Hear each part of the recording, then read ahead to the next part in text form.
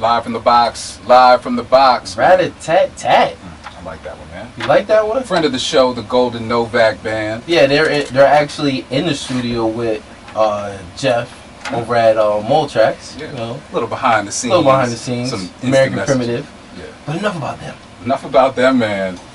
Right now, we got a couple special guests in the building. Finally, introduce yourselves, please.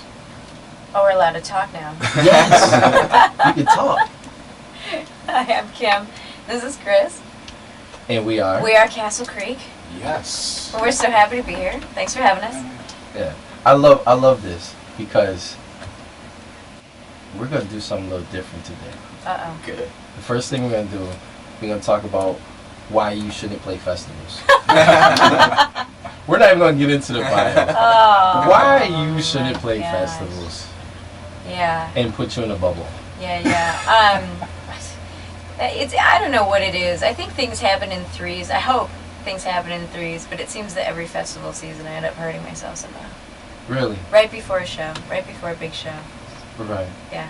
Right now, people, she showed us that she only has 95% of her index finger. Literally cut off. Literally, she cut it off and they Yeah. stapled it back on there. Yeah, I cut the tip of my finger off a couple days ago. No doctor. No doctor, she did it herself. Soldier. I dipped it in whiskey.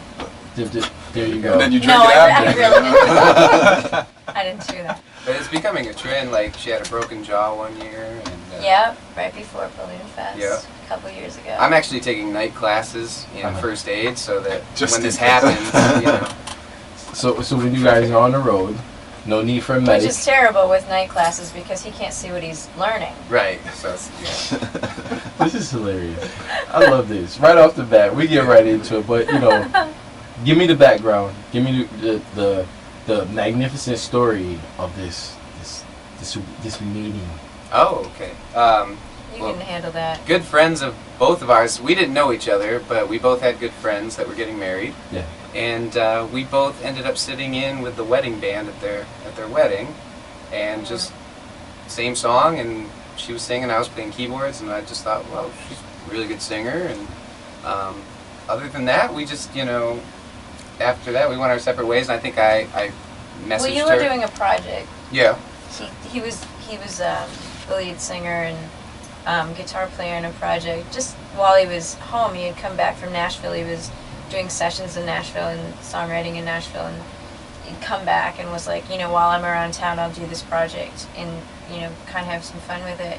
Nice. And he contacted me and was like, would you have any interest in singing backgrounds for this project that I'm singing on? And that's when we realized that we both were also songwriters, and that we maybe would want to write some songs together. So we have this union, and then we have the union. So we wrote songs together, Mm-hmm. and where did Castle Creek come from, though? Because songwriting is one thing. Yeah, I think we just started recording some of that stuff. I have like a mobile studio that goes with me everywhere, Okay. and I think I just took it over to her house one day and I said, we've got a couple songs, let's record them. And I don't think either of us expected to like release any of them. We were just gonna sort of, make demos and stuff, and they turned out pretty good. So we released them as like an EP early on. Yeah, we started playing more and more shows where we could showcase our original material. We had 3 songs in the beginning, so we did a lot of covers, and we would, integrate those songs into our sets. And then we kept, playing, writing and playing and writing and playing more and more and more. And eventually we were like, we need to release, we want to release a full album. And in the meantime, at those shows, people were kind of interested, and they were saying that they wanted, where can we find you? What can we buy? More. Yeah. So then we released the demo sessions, essentially. That's our first record, Kim and Chris. Kim and Roan Perceives, actually, is Yeah. the name of that album. And Yeah. it was just really 3 demos that we put together in my house. Just because Just because people were asking for something Yeah. to listen supply to. and demand. Yeah. Yeah. Supply and demand. Yeah. So we have this demo. We started hitting the road. Yep. Give me a little bit of background, if I might ask, Slim. No, please.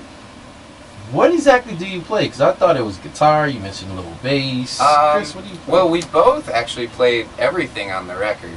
so we didn't have anybody I but did us. read that. Yeah, so I grew up playing piano first and then guitar, and those have been my main things over the years. But I picked up drums and bass and just a bunch of other stuff. I play saxophone and some different horns and stuff, and I'm always just looking to pick up new instruments and figure them out, you know? Like, my theory is that, like, music is music, Yeah. and every instrument, you just have to figure out what button to push to get the sound To you express want. yourself. Yeah. This is the Zen Master. Zen Master. That's right. Zen Master. Dalai Lama. All day, right? Love He it. practices every single Yeah. day. He wakes up and the first thing he does is he practices Mhm. guitar or Well, piano whatever or is- yeah. some instrument.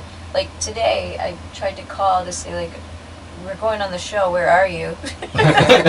And he had turned his phone off because he was taking a voice lesson through Skype, Mm-hmm. taking Nice. voice lessons. So he's Yeah. always trying to Yeah, I'm always just, grow as a musician. yeah, I'm just like really into just seeing where it can go, and But that's the life, though, right, Slim? Hey, that's what it's about. I hear passion, I hear dedication, especially Oh. when you're turning the phone off. Yeah, 'cause oh, there's yeah, so it's- many distractions nowadays. well, yeah, I right? was like on airplane mode. I was like, Yeah. no one's gonna get in the way of like this lesson I'm taking, and then after that, the world will still be there and everything. But it's just it's like I think the secret that we don't want to let out is that like we do this even if we were doing it for free. Do you know what I mean? Like it's Yeah. just something we love to do, and we do it regardless.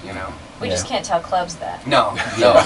no, And if your business manager is listening, right? And No. yeah, They didn't say that at all. No. We'll We keep didn't that right say- here. Yeah, We'll exactly. We edit charge way more than the we'll edit that part out. But it's seriously like we'll be done with a gig or something, and I'll just pick up an instrument right after, or go to a jam session right after. Like I can't get enough of it. So Well, We did that. let's 2 talk weeks about ago. music Yeah. because I want you right now. We love to break our interviews. We got you here for a couple more minutes. Yeah. But introduce your song. this is Ah. Burning Bridges off of our record, The Only Life. Yeah. One of our favorite songs. Yeah. One of our favorites. On Live from the Box. On Live from the Box. In the studio In with the us. studio with us. 87.7.